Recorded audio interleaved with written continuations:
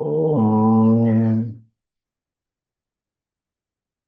सहना भवतु सहनौ भुनक्तु सह वीर्यं करवावहै तेजस्विनावधीतमस्तु मा विद्विषावहै। ॐ शान्ति शान्ति शान्ति। ॐ सदाशिवसमारम्भां शङ्कराचार्यमध्यमाम् अस्मदाचार्यपर्यन्तां वन्दे गुरुपरम्पराम्। ॐ नमस्ते अस्तु भगवन् विश्वेश्वराय महादेवाय त्र्यम्बकाय त्रिपुरान्तकाय त्रिकाग्निकालाय कालाग्निरुद्राय नीलकण्ठाय मृत्युञ्जयाय सर्वेश्वराय सदाशिवाय श्रीमन्महादेवाय नमः।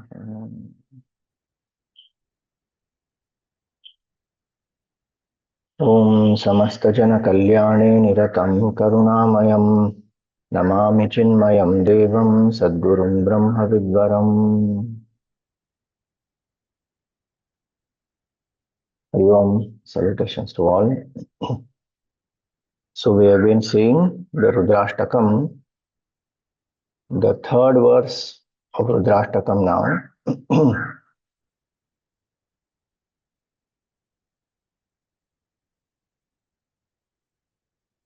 So this is the Rudrashtakam, the third verse beautifully says, तुषाराद्रिसङ्काशगौरं गभीरं मनोभूतकोटिप्रभाश्रीशरीरम् स्फुरन्मौलिकल्लोलिनीचारुगङ्गा लसद्भालबालेन्दुकण्ठे भुजङ्गा.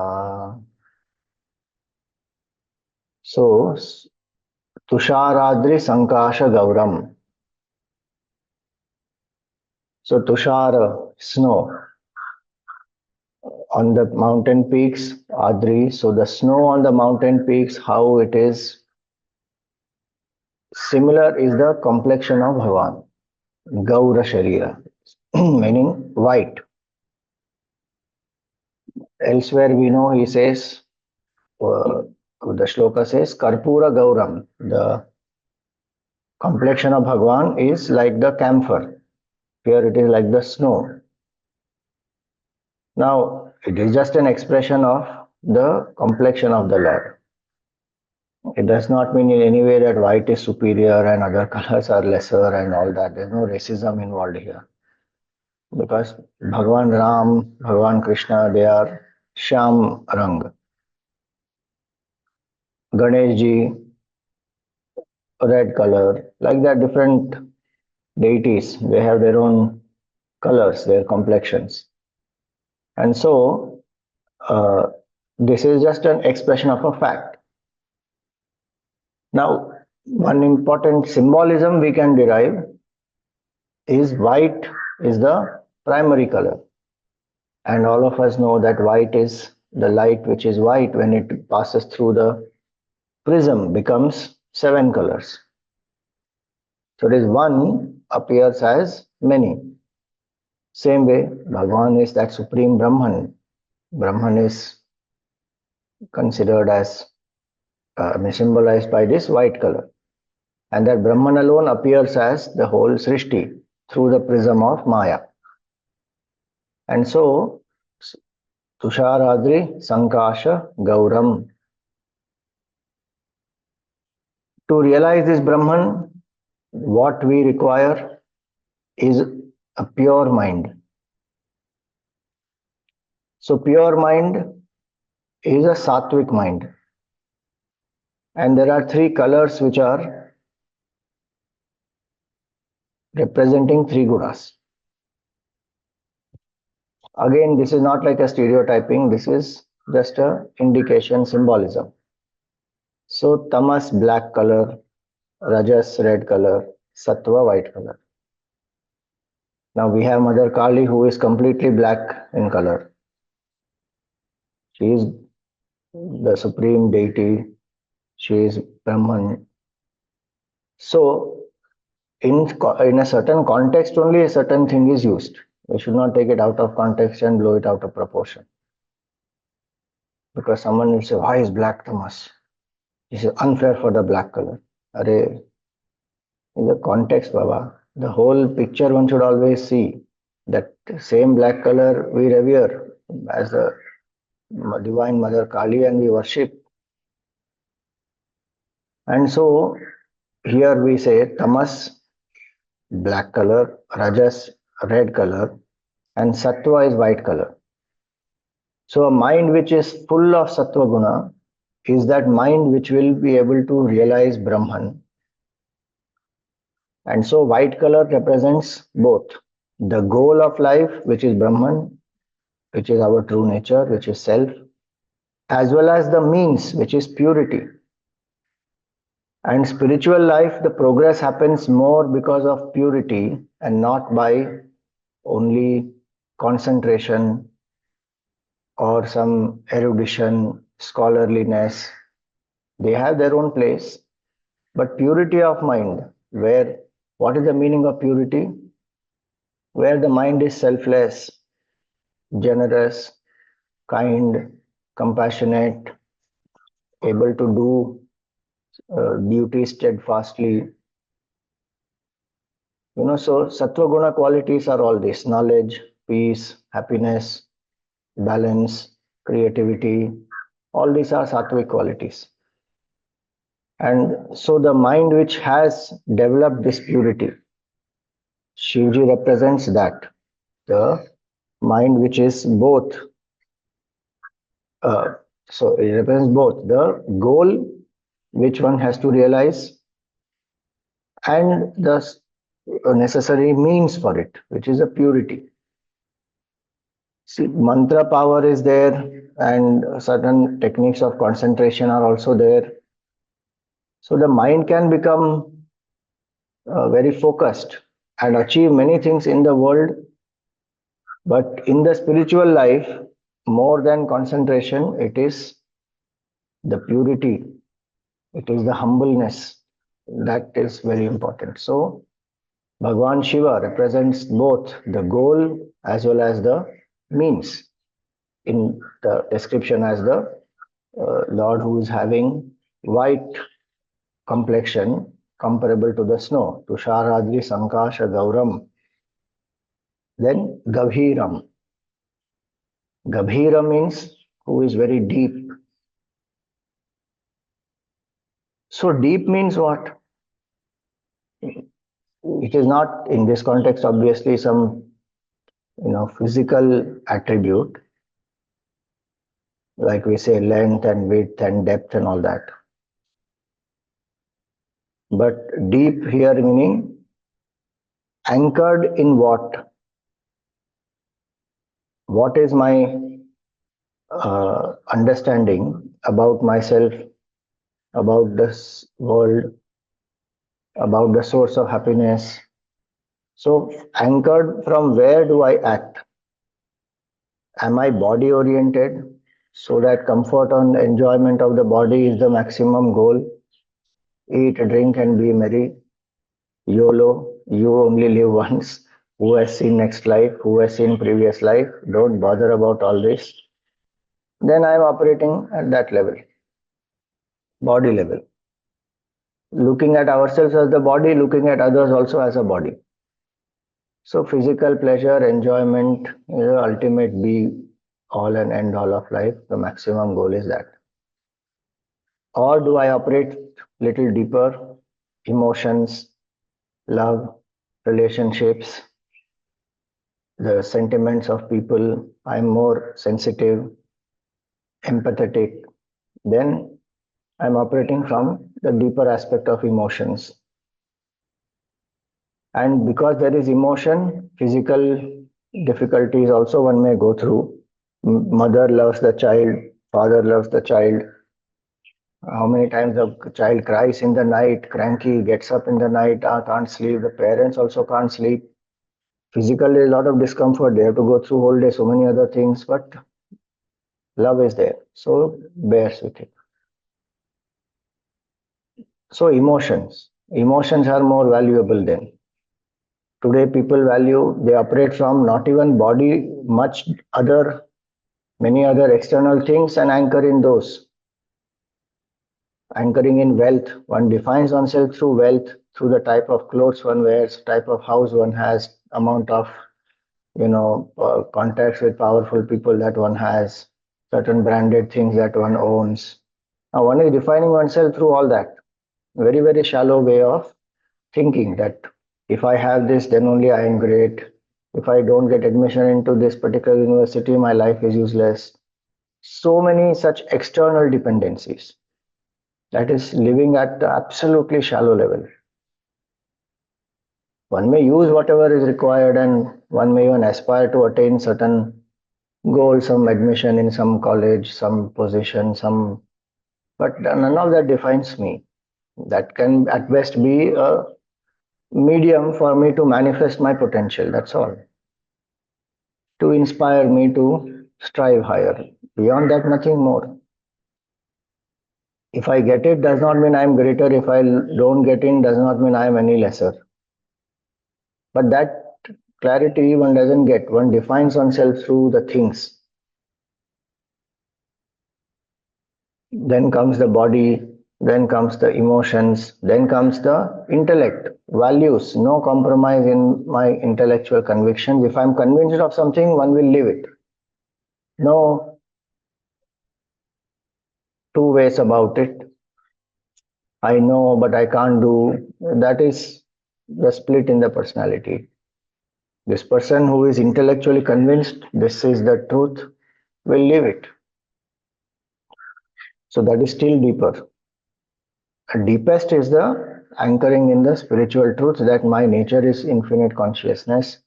Or in other language, in devotional language, we say I am a devotee, I am a seeker, I surrender to Bhagavan, I act as his instrument and let the will of the Lord happen.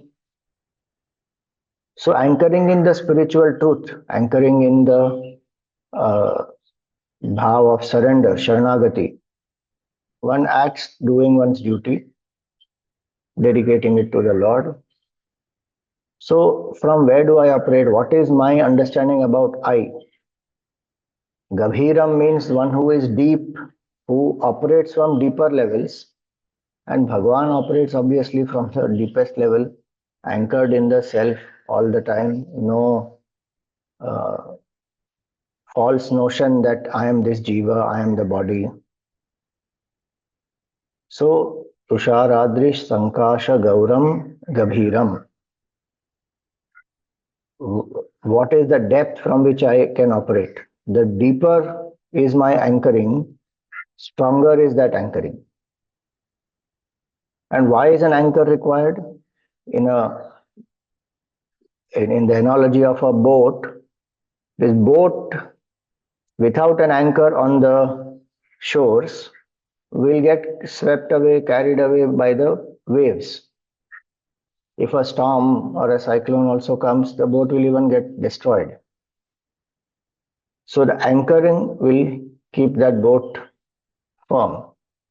And it can weather all the difficulties, challenges of the weather as well as the currents of the ocean. It will stay there only. Same way, anchoring, very important. Where do I anchor? Do I anchor in people? Do I anchor in position? I anchor in wealth. I anchor in the body, in my emotions. The only true anchor in life actually is Bhagavan. Because every other anchor is changing. Imagine an anchor which goes on changing. What will happen to that boat? Example obviously has a limitation, but at different points in time, we may anchor in different things, no doubt about that.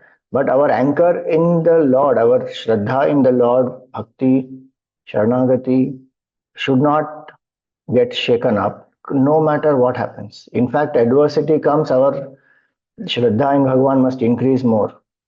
And Bhagavan is with me in all my difficult times also, and He only is there because of whom I am going through even these times.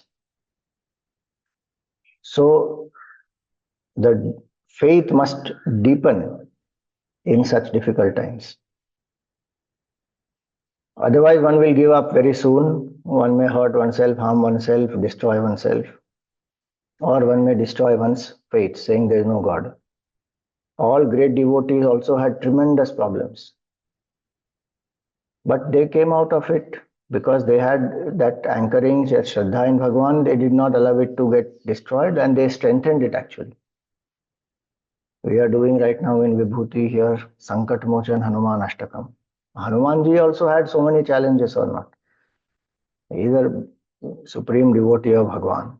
He also had so many problems, challenges, unimaginable things that you and I can't even uh, face.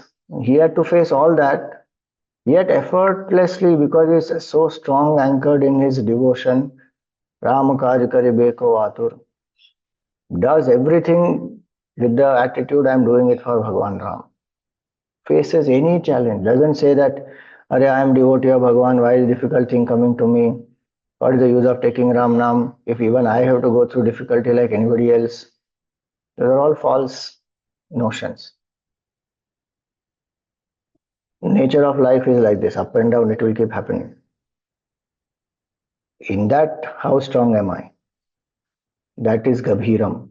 Tusharadri Sankasha Gauram Gabhiram. So these are two aspects. One is the physical complexion, one is the qualities, the guna that the white color represents, the goal, Brahman. And the depth is to operate from this true nature of ours, that my nature is infinite consciousness. Or even if one says that is difficult, then I am a seeker, I am a devotee, and I am playing all the other roles, but my true nature is consciousness, or I am one with Bhagavan, and that is what I want to realize.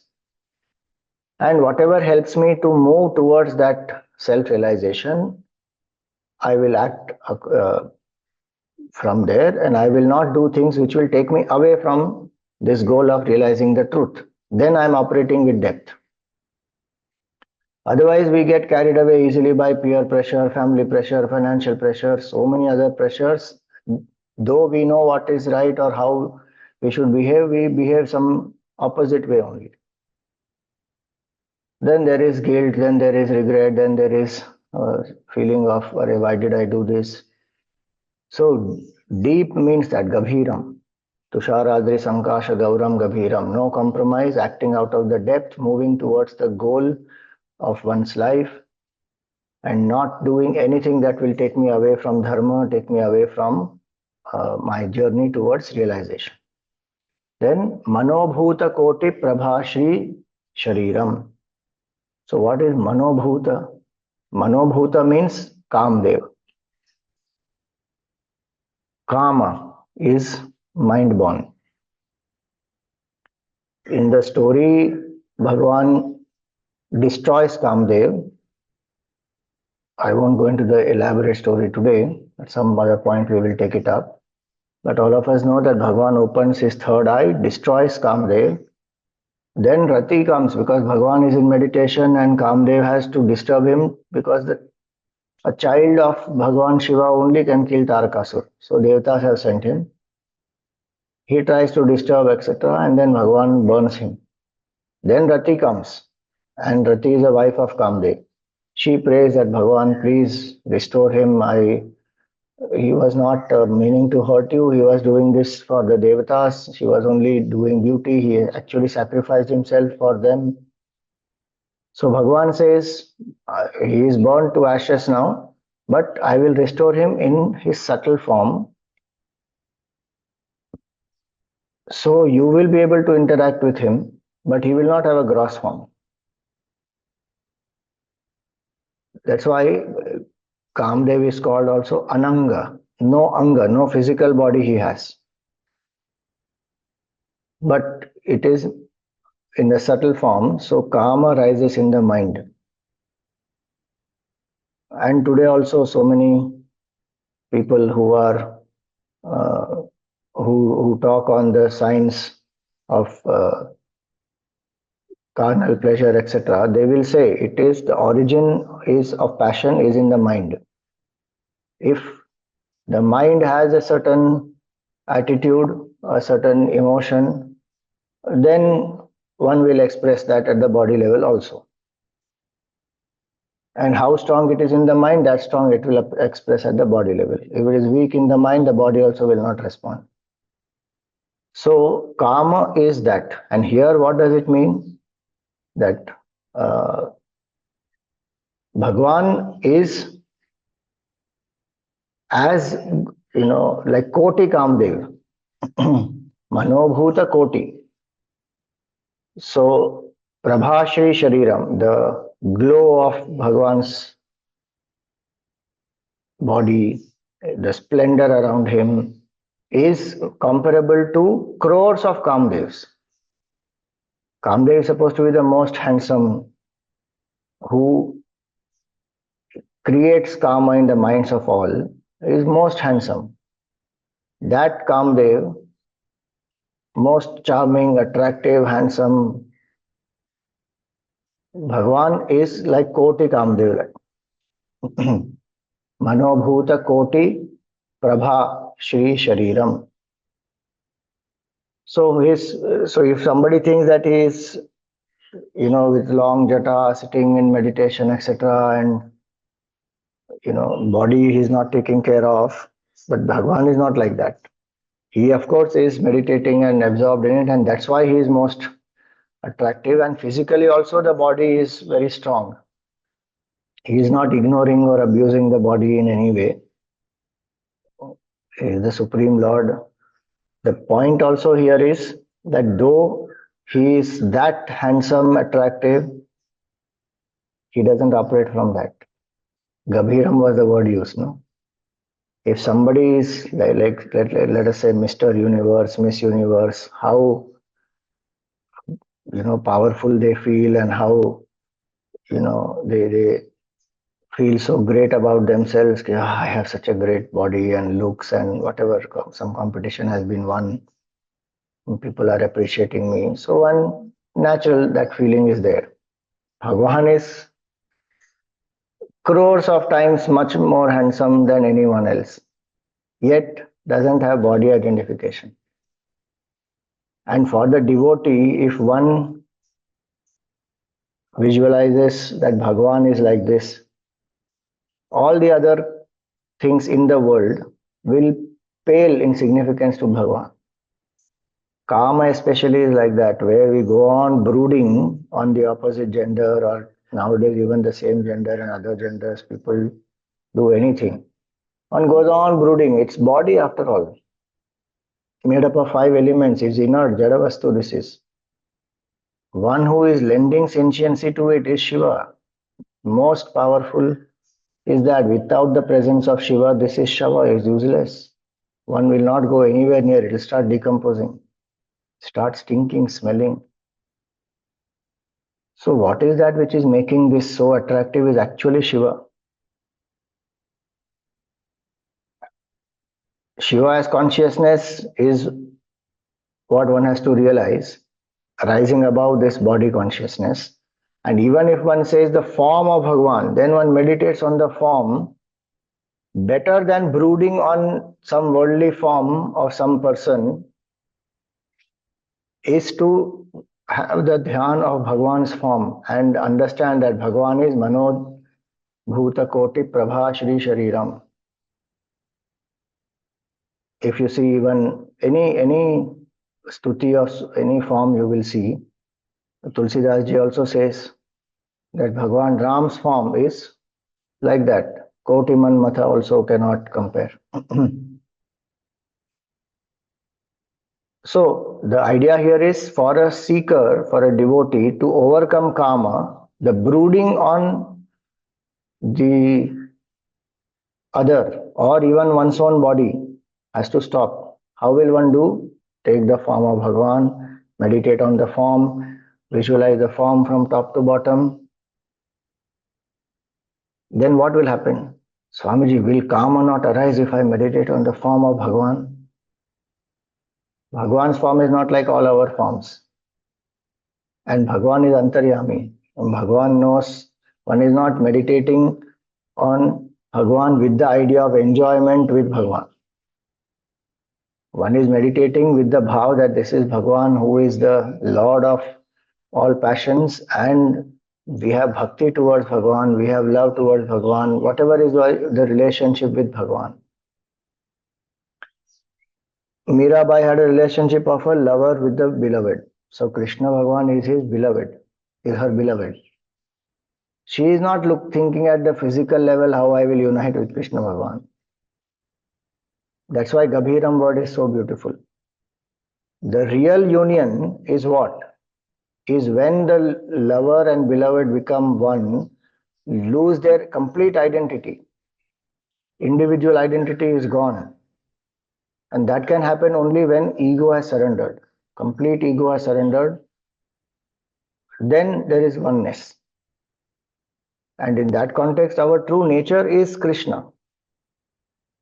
So to know that and to let go oneself completely, that is the real union. Physical union happens for a few seconds, few minutes. Beyond that, what? Again, one is back to, and that will bring us more at the body consciousness level. This has gone beyond body consciousness to realize the truth. That is the real union. The deeper one operates from, the union that one experiences, the greater is the joy. Think about that. Physical level, suppose I want sweet and I eat sweet. Aha, there's a physical union happening that my desire got fulfilled and this tongue is experiencing some pleasure. There's only pleasure. Emotion, I love somebody and I have not met them for many years and now they are coming and emotionally one can connect. Then there's greater joy in that. Intellectually, one has been struggling, striving to bring some ideal, to establish some glorious way of living in this world and inspire the life of people with the higher values. And when the culture is spread, how people live, there's a great satisfaction. Then comes the spiritual, where one shares the knowledge of Brahman, knowledge of the self, devotion, and the union that comes from there, that when people come to realize the truth, what a great joy it is, the greatest joy that is. So when the person operates from the deeper and deeper layers, the joy, bliss is so much more. The deepest is the spiritual truth. Having experience which there is nothing more to experience, gaining which nothing more to be gained. And so that is the real union. So devotee meditates on the form to attain that. Then Sfuran Mauli Kallolini Charu Ganga. In his jata, Gangaji is there. But Gangaji, literally the word meaning, the meaning of the word Ganga, one meaning is she is very swift flowing. Gamayati, fast.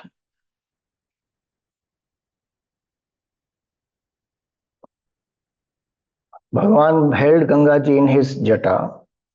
Akash Ganga it was. And Gangaji originates from where? From the pot of water that Brahmaji had, with which he did the Abhishek of Bhagavan Vishnu when he took Vaman avatar. With one foot he covered the earth, with the other he covered the higher worlds. Brahmaji offered water on that, the feet of Bhagavan, that second foot of Bhagavan. So she is Vishnu Pada Udbhuta. So from Brahmaji's Kalash to the Pada of Vishnu to the Jata of Shivji to the earth.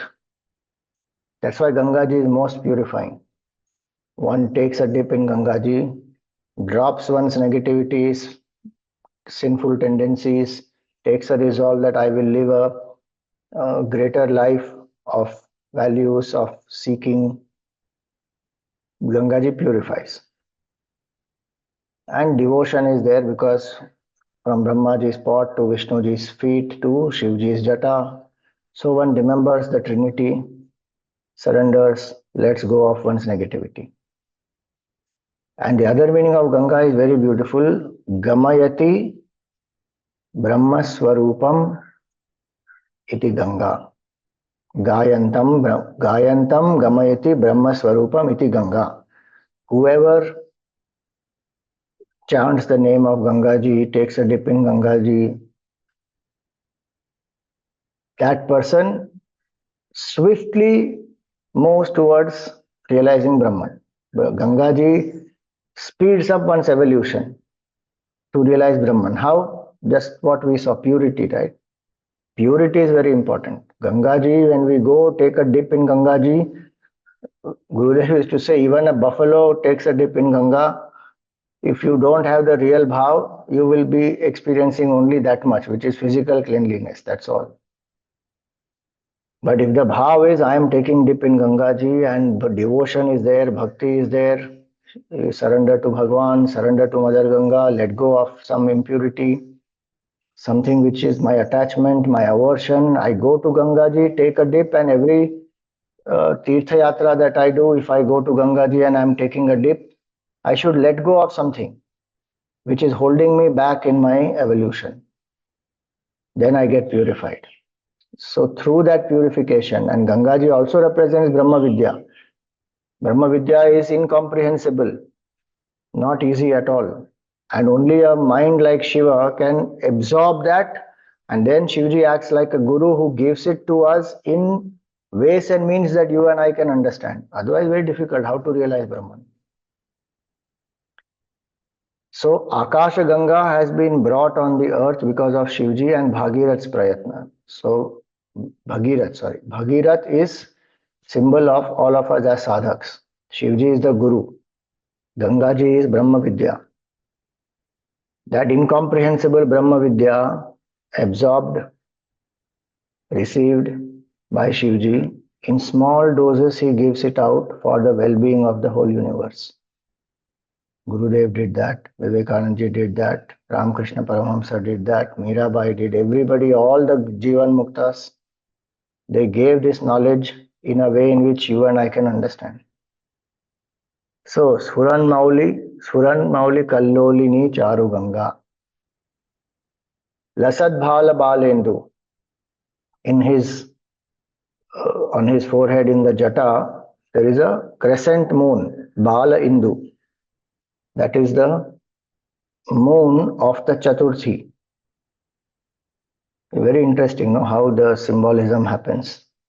Chaturthi, so Turiya is the fourth state of consciousness. The mind which is not waxing, waning like the moon, but the mind which is steady, absorbed in the nature of the self, that my nature is infinite consciousness, I am that. That mind which has that awareness, unbroken awareness continuously, is Lasad Bhala Balendu. That moon shines there on his jata.